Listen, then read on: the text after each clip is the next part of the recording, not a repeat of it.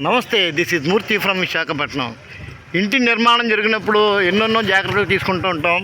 అంటే foundation stone దగ్గర నుంచి ఏ రకమైన కాంక్రీట్ వాడాలి, ఎటువంటి ఐరన్ వాడాలి, మొత్తం అన్ని జాగ్రత్తలు తీసుకుంటాం. ఎలక్ట్రికల్ విషయంలో కూడా అది కంపెనీకి సంబంధించిన అంటే బ్రాండెడ్ కేబుల్స్ వాడాలన్న విషయం అందరికీ తెలిసిందే. కానీ అన్నీ చేస్తారు, లాస్ట్లో ఒక అసలైన విషయం మర్చిపోతుంటారు. ఈ నేపథ్యంలో నేను చెప్పొచ్చేది ఏంటంటే, ఎలక్ట్రికల్ డిపార్ట్మెంట్కి సంబంధించిన ఎలక్ట్రికల్ వర్కులు చేసినప్పుడు మాత్రం మనం ఎంత కాస్ట్లీ వైర్లు వాడినా, ఎంత అంటే వాల్యూ ఉన్న వైర్లు వాడినా ఎర్త్ అంటూ ఒకటి ఏర్పాటు చేసుకోకపోతే దాని పర్యవసనాలు వేరేగా ఉంటాయండి. ఏం లేదండి, మనం ప్రాక్టికల్గా మనం ఎదురు చేసేది ఏంటంటే, మనం ఏసీలు వేస్తున్నప్పుడు కానీ, లేకపోతే మన ట్యూబ్లైట్లు కానీ, లేకపోతే వాషింగ్ మిషన్లు కానీ అలా హెవీ లోడ్ ఉన్న అంటే మోటార్స్ ఆన్ చేస్తున్నప్పుడు సరైన ఎర్త్ సదుపాయం లేకపోతే కనుక ట్రిప్ అయిపోవడం, లేకపోతే వైరింగ్ కాలిపోవడం అటువంటి చేస్తుంటాయి. ఒకసారి మన ఎలక్ట్రికల్ ఇంజనీర్ అప్పారావు గారు ఎర్త్ అంటే దేనికి వాడతారనేది చెప్తారు. ఒకసారి చెప్పండి సార్, అసలు ఎర్త్ అంటే దేనికి, ఏ రకంగా వేసుకోకపోతే ఏంటి, వేసుకుంటే ఏంటి? ప్రతి ఒక్క యూనిట్కి ఎర్త్ 15 సెక్షన్ కల్లా ఎర్త్ ఉండాలి. కంప్యూటర్లకు కానీ, ఫ్రిడ్జ్కి కానీ, మిక్సీకి కానీ, గ్రైండర్కి కానీ, ఏసీ పాయింట్లు కానీ, ఇప్పుడు వచ్చిన ఎక్విప్మెంట్ ఏ ఒక్క దీనికైనా ఎర్త్ పర్ఫెక్ట్గా ఉండాలి. ఎర్త్ తోటే ఉంటుంది బిల్డింగ్ తరగతి యూనిట్. కంపల్సరీ కంప్యూటర్ కానీ, ఇన్వర్టర్ కానీ దేనికి ఉన్నా సరే ఎర్త్ కంపల్సరీ వాడాలి. అసలు ఎర్త్ అంటే ఏంటంటే దేనికి అంటే, ఇప్పుడు మీరు తీసుకొచ్చారు అక్కడ అంటే ఇది కాపర్ రాడ్ అండి, ఇది కాపర్ వైరు ఉంది, copper blade, GA pipe, copper బద్ది. అంటే ఎర్త్ ప్రొసీజర్ ఏంటంటే ఏ రకంగా చేస్తారు అక్కడ గొయ్యతవ్వారు అంటే ఎలాగ మీరు ఎర్త్ ఏ రకంగా ఏర్పాటు చేస్తున్నారు? ఇందులో ఎర్త్ దీంట్లో ఉప్పు, బొగ్గులు, ఎర్త్ పౌడరు, సాల్ట్, శాండ్ అన్నీ వేయాలి. మూడు రకాల మిక్సింగ్ అయితేనే అప్పుడు ఎర్త్ వస్తుంది. దానికి ఏమొచ్చో ఒక ఇంకుడు గొయ్యిలాగా ఒక మ్యాన్వాల్ తయారు చేసుకోవాలి. ఇదిగోండి ఇక్కడ తవ్వారు కదండి, సుమారు ఒక 8 అడుగులు గొయ్యి తవ్వారు. దాంట్లో ఒక ఐరన్ రాడ్, దానికి కాపర్ బాటమ్, కాపర్ ప్లేట్లు, కాపర్ అంటే ప్లేట్స్ ఇవన్నీ దాన్ని బిగించారు.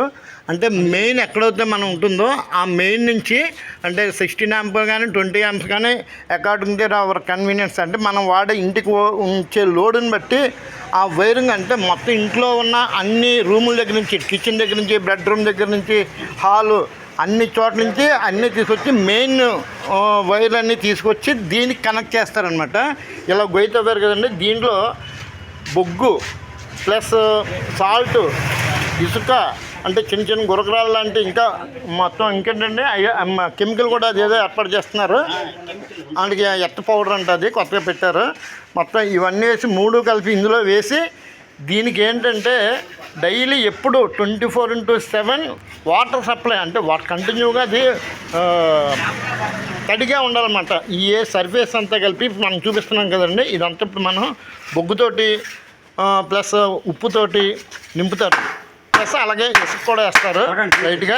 ఇవన్నీ వేసి దీన్ని క్లోజ్ చేసేస్తారు అన్నమాట. క్లోజ్ చేసి అక్కడ చూస్తారు కదా ఆ హోల్, ఆ పైన కొడతారు చూస్తారు, అంటే కాస్త లోపలికి వెళ్ళడానికి ఆ చిన్న హోల్ అనేది పెట్టారు. గరాటా లాంటి ఉంది కదా, అందులో వాటర్ పోస్తూ ఉండాలన్నమాట. అప్పుడప్పుడు కనీసం 2 రోజులకు ఒకసారి సరే వాటర్ పోస్తే ఆ రాడ్కి కన్నాలు ఉన్నాయి చూసారా, కన్నాల్లోంచి ఆ వాటర్ కింద వరకు వెళ్ళి ఎప్పుడు చెమ్మగా ఉంటుంది. అంటే మెయిన్ బోర్డు నుంచి కాపర్ వైర్లు దీనికి లింకేజ్ అవుతాయి అన్నమాట. ఎర్త్ రాడ్కి లింక్ అవుతుంది.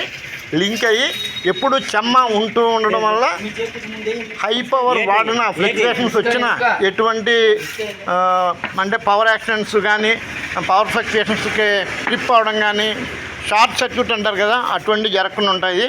కాబట్టి ఇళ్ల నిర్మాణాలు జరిగినప్పుడు మాత్రం కంపల్సరీగా ఎర్తింగ్ అనేది పెట్టుకోండి.